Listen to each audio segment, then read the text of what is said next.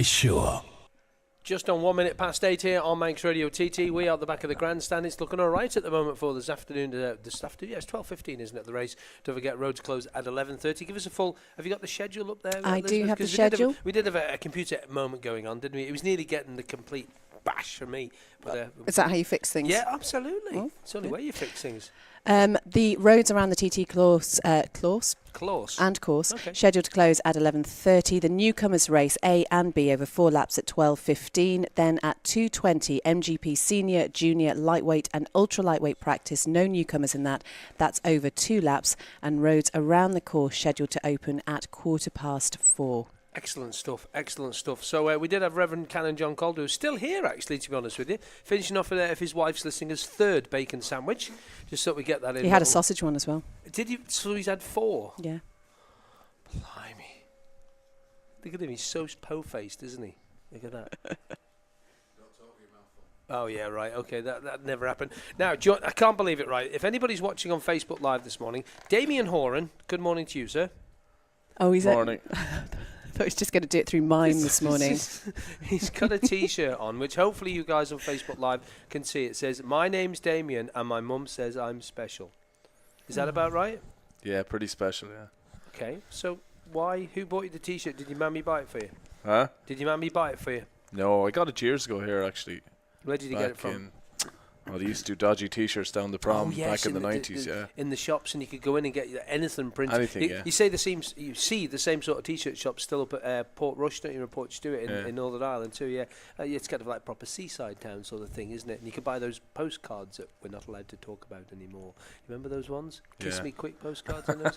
Obviously, I'm a lot older than you guys. So anyway, so good morning to you all. And James, morning. Morning. How are you well? you? James Chawke, you okay? I'm very good, thanks. Are you with us this morning or not? Are you awake yet? He's been here for ages. He was here at 6. He was very keen. He was very keen this morning. See, Damien's going, just go to bed. And morning, you right? Morning, yeah, not too bad. You're looking handsome as well this morning. We were actually told, to put you next to Beth. Oh, really? Okay, because then it kind of goes ugly, handsome, pretty. Pretty. Oh, pretty. Is that his nickname, Pretty Boy, is it? Unfortunately, yeah. Is it really? Why have the nicknamed you that? He thinks it winds me up. Thinks it winds you up. Does it not at all? No. He's just jealous, isn't he? At least he's had a haircut. For those who don't know Damian at all, Damian used to have hair.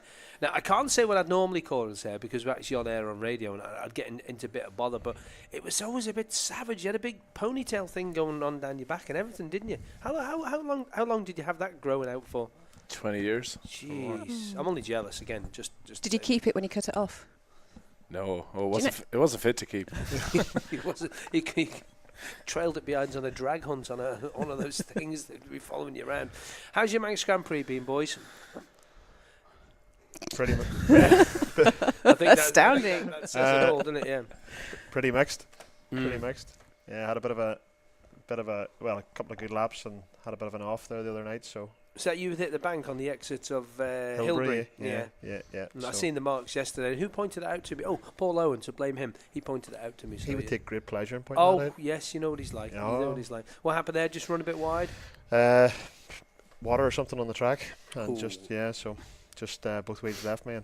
And that was about it, you know. You're a bit lucky the bank was there to straighten you up a bit then? Yeah, very lucky, yeah. If that had been somewhere, let's say like Deersley, but somewhere around the Ulster Grand Prix, or ended up at the airport. You ended up at the airport. You mean Davy Todding it, wouldn't you? But that's just that's lucky. Yeah. So just sort of slid up the road, a few friction burns, and a bit battered and bruised, but all right. You're all right, not so bad. And obviously got the okay for the medical stuff. Got the okay, and yeah. 2 lads back in the truck, got the bike back together again. So much damage. Yeah, for a bit, yeah. Oh dear. And have you needed any parts from anybody? You've had to go begging, borrowing, and Andy Grimshaw and a few other guys, welders and bits and pieces. So we got everything back together again. Yeah, Andy's a good lad. He kind of helps a lot of people out around the Manx Grand Prix time. Obviously, Andy, people who don't know Andy, he kind of runs the bikes for Martin Bullock. Says AGR, and he's a good lad. He's down Balfane. Got some messages. We love it when messages come in. We've got lots actually. I just also want to let you know that the More the Do bike show is going ahead today. We've had a message from Andy Scullard. They're going to extend it into the early evening with a second live band, so there is still lots to enjoy there, because that's a great thing, is that there's so many things happening. This event has just built up and up and up, and it's become a real occasion for, especially for things like that. Okay, good. Any other messages? What have we got?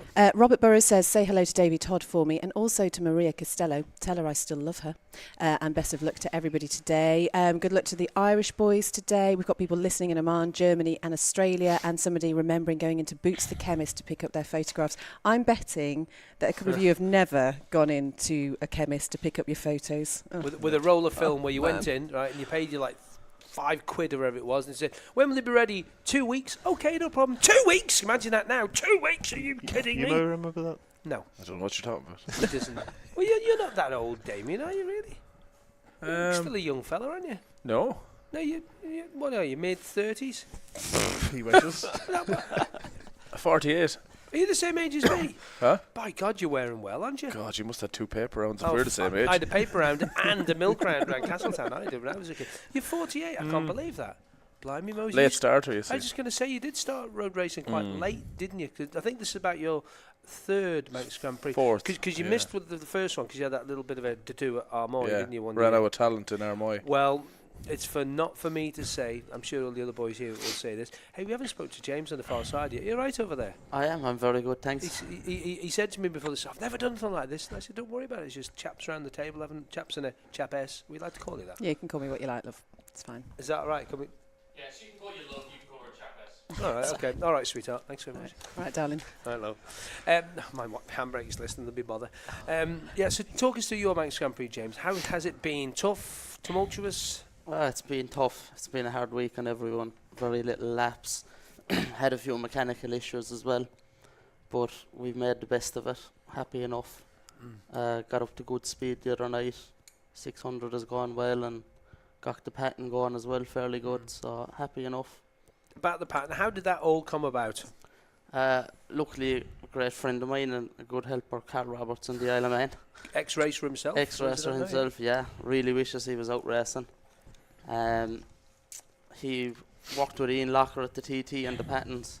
Is that the Coverdale? Mark Coverdale's pattern. And just about 3 weeks before the Manx, Carl rang me and he said, I have an opportunity for you to ride one of Mark Coverdale's patterns. So once in a lifetime opportunity for me, really, and honoured to get it.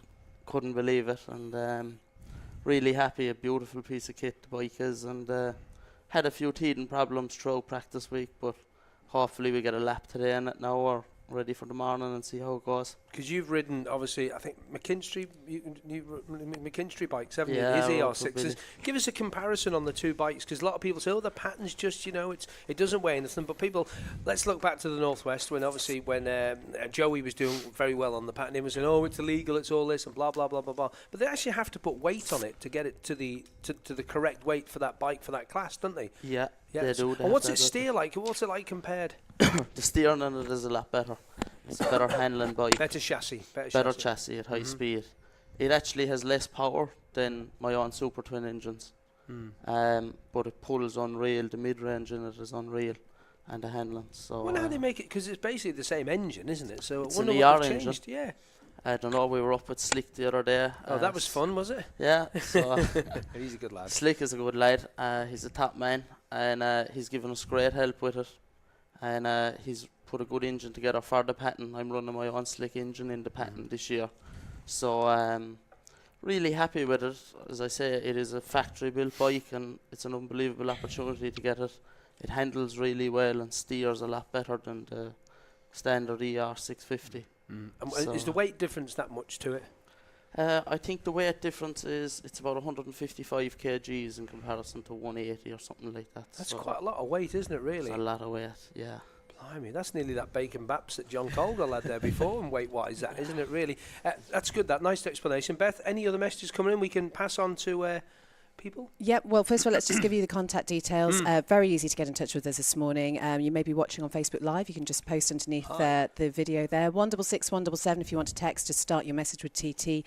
Email studio@radiott.com, or follow us, as I say, on Manx Radio TT's Facebook and Twitter pages. If you miss any part of the chat show, you can watch back on the Manx Radio portal at manxradio.com. But yeah, lots of messages. There's a lovely one here. Vera's been in touch with a message for Veronica, newcomer in today's race. And she says, good luck today, Mum. which is a very lovely message there.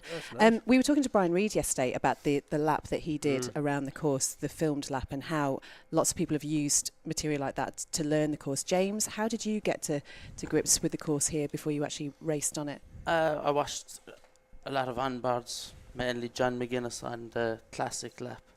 A good friend of Chris's gave me a lot of help was Chris Palmer. He really Don't gave call me him a good friend of mine. Sorry, Palmy, morning. Chris was very good to me, and along with Davy Morgan and a couple of other Irish road racers.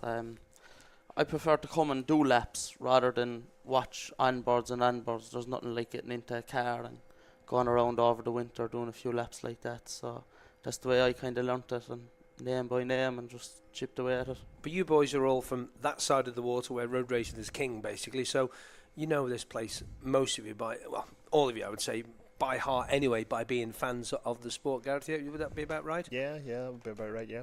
Okay, you're obviously a man from up the north. These boys are from down the south. No fighting or anything like that. Oh, that's all gone now, all that malarkey. Oh, we're all friends now. You're all friends now until Brexit comes in, or allegedly when it comes in anyway.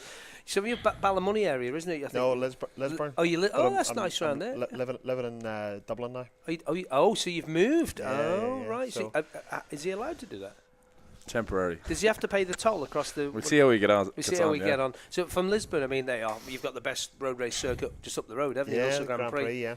Cracking track, isn't it? It's pretty good, yeah. I haven't done it the past couple of years, though, just with coming here, it's a bit close to do the Grand Prix and then come here, with, time and funds and everything. Usual road racing stuff. Yeah. Tell us about the Ulster Grand Prix, your favourite bit of it, because it is such a fast track, isn't it? Up the back section, from sort of Ireland's up to Wheelers. All through Lockers and all through that, Yeah, that would probably be the and that corner there. And that corner as you climb up through Jordan's Cross, that fast right-hander at Pullett's Gate there, that is just unbelievable. Seeing the pictures of Connor and all the boys like absolutely sideways going to there, that's bonkers, isn't it? Yeah. Is that flat out in 6th on a 600? Yeah. I would love to go and watch that. I really, really would. And I don't know if Armoy. I went to Armoy and I wasn't working, which was great. And we went to the jumps at the back, and by God, it's a little bit frightening. Derek McGee went past me, no closer to what we are now, which is about 2 or 3 feet away, at about 160 mile an hour. And I've said it before, when he landed, you could feel the whole road shaking. It's absolutely bonkers. Then when Davey Todd went past side by side on one, only on the 600s, this wasn't. It was kind of like, wow, this is a little bit daft. Why are you allowed to do this? But then we did the sensible option. We crossed and went back to the bar. So that was the best option anyway. So the Ulster Grand Prix, are you going to do it again, hopefully? We'll see. We'll see maybe next year. See how it goes with this one, yeah? Okay. Beth Moore, she's scribbling furiously. Well, I have to, you see. We've got a bit of an issue here that we can only see 4 messages at a time, and they're coming in all the time. So I scribble them down so we don't miss too many. I'm not scribbling them. Roland says, best of luck to Daryl Tweed on the M&D racing bikes. And Kevin has been in touch to say, go on, Chawke, you'll be famous one day. That's it now, you see. This is going to be kept for all time on that face thing book line. That's it, isn't it? And lots of people get in touch with messages of good luck for Veronica. I think we're hoping to get on the chat show, actually. We were actually thinking, what day is it today? Yeah, it's Tuesday. It's Tuesday. Yeah. So, she might be in... today, I think. She might be in a bit later on. So hopefully. She might be in here. Hopefully she'll bring Indy with her as well. Her how shall I say, her engaged partner. That's the word I'm looking for. I don't know what the correct terminology is. Anyway. Engaged partner. Well, they're engaged. Then she's so fiancé then. Oh, is that what it is? Yeah. Oh, right, okay. Go on. Anyway, get in touch this morning, 166 177. Start your message with TT or email studio@radiott.com. Go to the Manx Radio TT Facebook or Twitter pages, and we will be back just after this. On Manx Radio TT.